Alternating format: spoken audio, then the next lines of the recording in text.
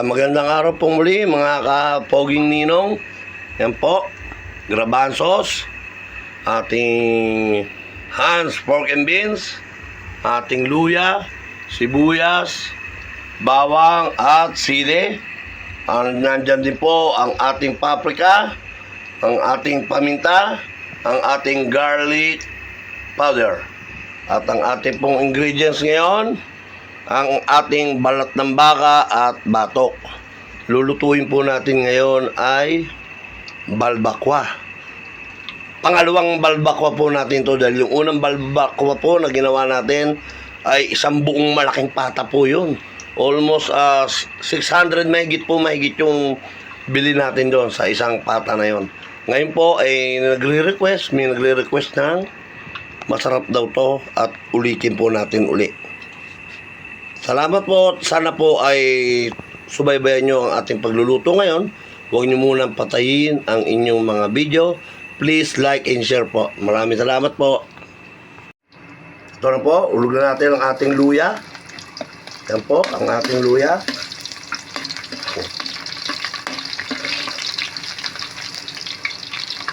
Ang ating sibuyas. Very aromatic.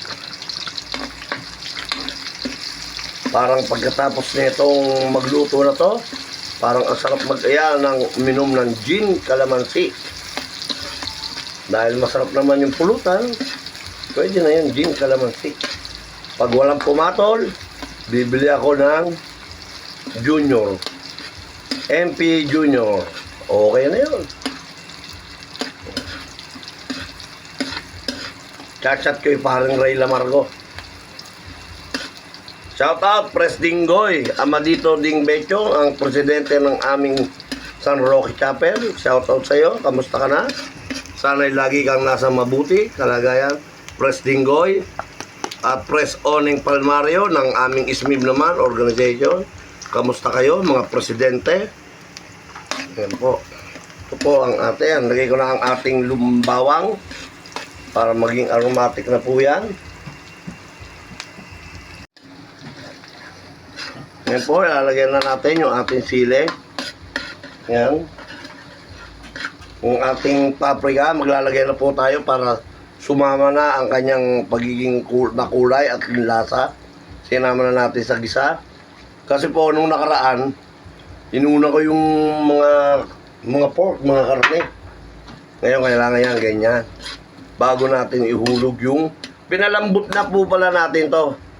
Pinalambot na po natin yan.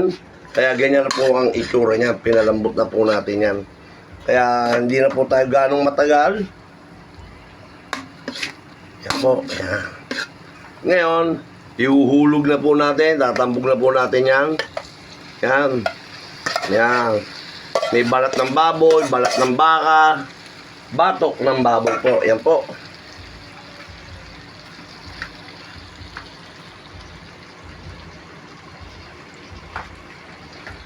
At bago natin haluin, lagyan na po natin siya ng ating pesos. Nasa inyo pong panlasa yan kung gaano karami ang inyong ilalagay. Hindi na po natin yan aasinan, kaya ganyan po ang nilagay ko. Ayan. Para pag hinalo mo, may kulay na yung ating pork. Ayan.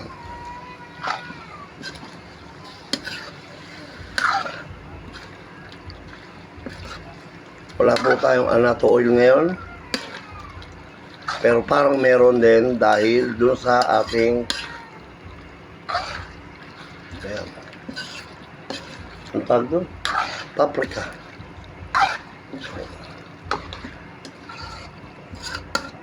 Ayan, diba? Ang ganda. At ngayon, lalagyan po natin yan ng konting-konti lang na sabaw. ang isasabaw po natin dito, Sprite po, Sprite. Para masarap po. Yan. Maraming salamat po. Dati po, pagka tayo nagbibideo, nagpapasalamat po ako sa inyo dahil dati ay 1.2 lang yan, 1.2. Ngayon po, 1.3, malapit na po siyang mag 1.4. Please po, like and share po sa ating walang hanggang pasalamat poong si Jesus Nazareno.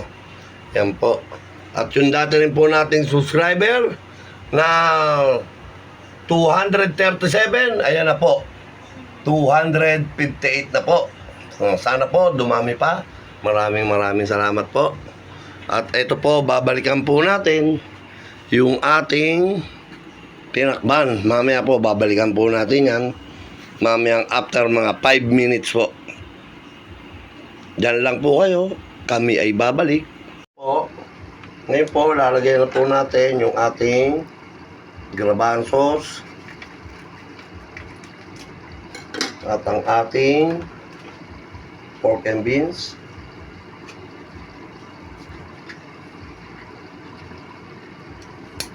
O. Kaya lang yung ating garbanzos, hindi natin isasama ang syrup niyan.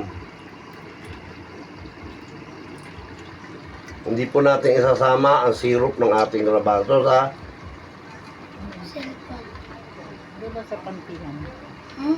Po. Ano po, naalis na po natin ang syrup ng ating garbanzos. Pwede na po natin ilagay. Yan po. Musok. Ang ating garbanzos, ilalagay na po natin. Walang syrup. Ang ating Hans pork and beans. Ito po. Ito po yung ating Hans pork and beans. Lalagay na po natin. Yan, kasama po yan. Yan po ang nagpapasarap. Yung syrup ng Hans pork and beans. Yan. Syrup at sauce pala, sauce. Hiratin natin ang konting tubig para yan po. Yan. Pagkatapos, lipitin natin yung mga kalat na yan. Yan. Baka may mahiwa pa. Pagkatapos, maglalagay tayo ng konting-konting paminta lang po. Yan po. Okay na, ano? At ng konting ang ating ano tawag dito? Garlic powder. Yan po. Yung iba buo. Ngayon, hahaluin na po natin siya at mga konti na lang po, mga ilang dumidikit na. Ayan. Pag konti na lang po ay pwede na po natin itong i-serve. Ready to cook na po yan. Opo, ayan, masarap na. Nakadikit na nga po yung iba sa ilalim. Ayan.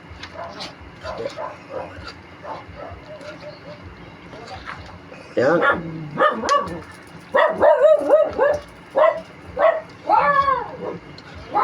Okay po.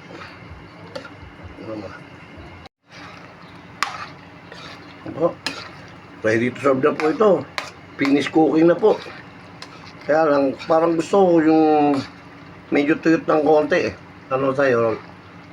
Okay na itong ganito, may sabaw-sabaw. Okay, takban na po natin. Lalagyan na po na, hindi na po natin to gugupitin na yan, ha. Hindi na po natin yan gugupitin. Yan po. At takban na po natin. After 2 minutes, babalikan po natin yan. Ano po? After 2 minutes. Yan. Yan. Napakaganda na po ng ating yan po. Yung tanggal ko na kanina yung nakadikit. Ngayon, meron naman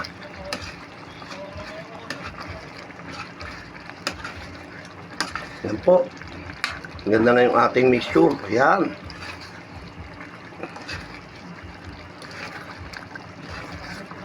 Po. Ito, lalagyan ng ulam namin. Ito, lalagyan ng ulam namin. Ito, lalagyan ng pulutan ng anak ko. Jak, pengi daw.